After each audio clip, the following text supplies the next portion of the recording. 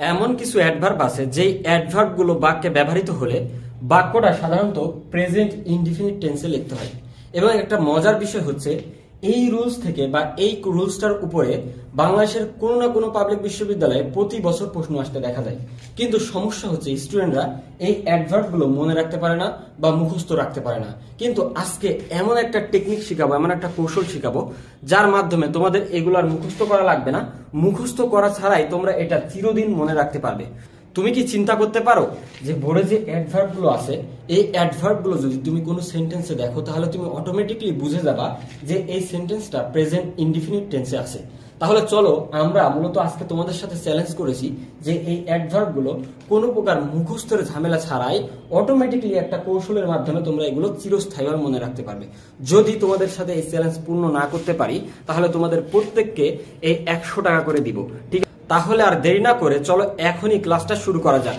দেখো, কৌশলটা হচ্ছে নো অ্যাড্রেস ইউ গো, এর বাংলা হচ্ছে তোমার যাওয়ার জায়গা নেই, অর্থাৎ নো অ্যাড্রেস কোনো জায়গা নেই, ইউ গো তোমার যাওয়ার। দেখো, এই কৌশলটা মনে রাখার মাধ্যমে তুমি যেই অ্যাডভার্ব গুলো বাক্যে ব্যবহার হলে অটোমেটিকলি ওই বাক্যটা প্রেজেন্ট ইনডিফিনিট টেন্সে ব্যবহৃত হয় সেই অ্যাডভার্ব গুলো কোনো প্রকার মুখস্থ ছাড়াই তুমি মনে রাখতে পারবে। তাহলে চলো এবার আমরা এই কৌশলটা একটু ব্যাখ্যা করে বোঝার চেষ্টা করি যে এই কৌশলটার মাধ্যমে কিভাবে আমি সেই অ্যাডভার্ব গুলোকে মনে রাখতে পারি। দেখো, এই অ্যাডভার্বের 4টা অংশ আছে। একটা হচ্ছে নো, আরেকটা হচ্ছে অ্যাড্রেস, তারপর হচ্ছে ইউ, তারপর হচ্ছে গো। যদিও অ্যাড্রেস বানান মানে অ্যাড্রেস এই শব্দটার বানানে মূল বানানে এখানে ডবল ডি আছে এবং শেষে ডবল এস আছে, কিন্তু তুমি মনে রাখার ক্ষেত্রে বা তুমি একটু মনে করো যে এখানে ডবল ডি না দিয়ে একটা ডি দিলে এবং শেষে ডবল এস না দিয়ে তুমি একটা এস দিলে তাহলে তো হয়ে গেল। এখন চলো আমরা এই 4টা যেটা কৌশলের যে 4টা পার্ট আছে এই 4টা পার্ট একটু বিশ্লেষণ করে বোঝার চেষ্টা করি। দেখো, প্রথম পার্টে আছে নো। নো এই শব্দটার মধ্যে আছে 2টা লেটার, একটা হচ্ছে এন আর একটা হচ্ছে ও। এই এন তে হয় দেখো নরমালি আর ওতে হয় অফেন। দেখছো কত সহজে আমরা 2টা অ্যাডভার্ব মনে রাখতে পারলাম। নো দিয়ে 2টা অ্যাডভার্ব মনে রাখলাম, নরমালি এবং অফেন। তারপরে চলো আমরা অ্যাড্রেস দিয়ে দেখি। অ্যাড্রেসে আছে দেখো 5টা লেটার, তার মানে আমরা পাঁচটা কিভাবে মনে রাখতে পারবো? অ্যাডভার্ব মনে রাখতে পারবো। দেখো, অ্যাড্রেসের এ তে হয় অলওয়েজ, অলওয়েজের পরে আছে ডি তে হয় ডেইলি, এবং অ্যাড্রেসের আর তে হয় রেগুলারলি, ইতে হয় এভরিডে, এবং আমরা সর্বশেষ এস দিয়ে মনে রাখতে পারি সামটাইমস, মানে মাঝে মধ্যে। তাহলে চলো এবার আমরা বাকি অংশগুলো দেখি। তবে বাকি অংশগুলোর মধ্যে পূর্বে তোমরা একটু কমেন্ট করে জানাও যে তোমরা বুঝতে পারতেছো কিনা, অনেক সহজ মনে হচ্ছে কিনা। দেখো, তারপর বাকি অংশ আছে ইউ, তারপর আছে গো। দেখো, এই ইউতে হয় ইউজুয়ালি, এবং গো এর জিতে হয় জেনারেলি, এবং ওতে হয় অকেশনালি। দেখছো তুমি নো অ্যাড্রেস ইউ গো, তোমার যাওয়ার কোনো জায়গা নাই, এই কৌশলের মাধ্যমে কত সহজে যে ওই অ্যাডভার্ব গুলোকে মনে রাখতে পারো যে অ্যাডভার্ব গুলো বাক্যে আসলে অটোমেটিকলি প্রেজেন্ট ইনডিফিনিট টেন্স হয়ে যায়। তাহলে চলো আমরা এই অ্যাডভার্ব গুলো থেকে আমরা কিছু উদাহরণ দেখি। দেখো, প্রথমে যেই প্রশ্নটা আছে বা যে উদাহরণটা আছে এই প্রশ্নটা মূলত ঢাকা ইউনিভার্সিটির ডি ইউনিটে আসছিল। তাহলে চলো আমরা এটা একটু অ্যানালাইসিস করার চেষ্টা করি।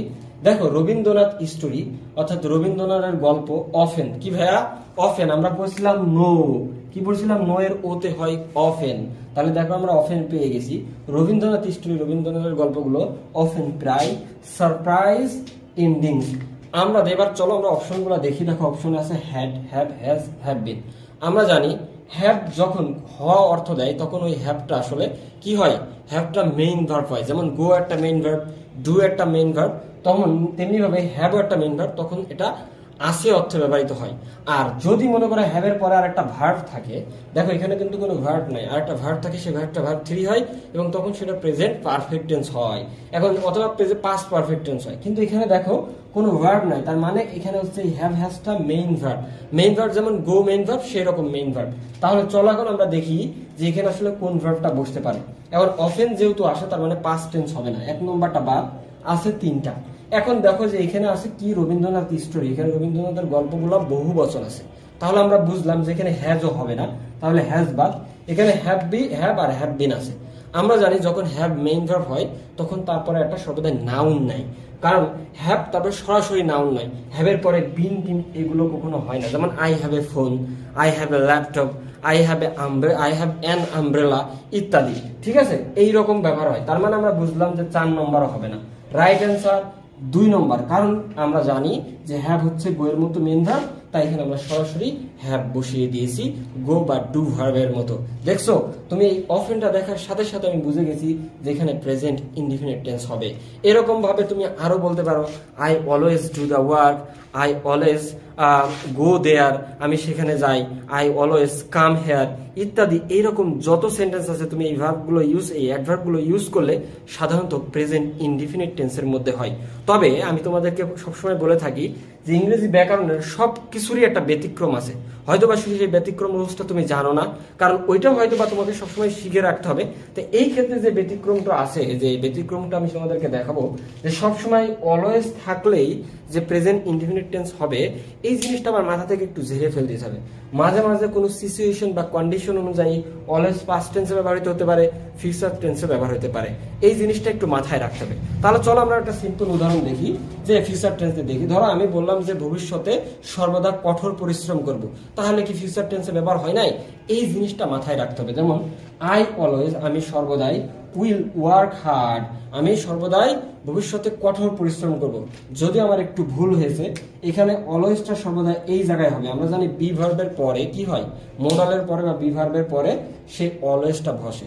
এখানে হবে I will always work hard. তো যাই হোক, তোমরা এই জিনিসটা আশা করি বুঝতে পেরেছো। আজকে এই পর্যন্তই। যদি ভিডিওটা ভালো লাগে তাহলে বেশি বেশি লাইক, কমেন্ট এবং শেয়ার করে ভাইয়ার পাশে থাকবে। দেখা হচ্ছে নতুন কোনো ভিডিও নিয়ে।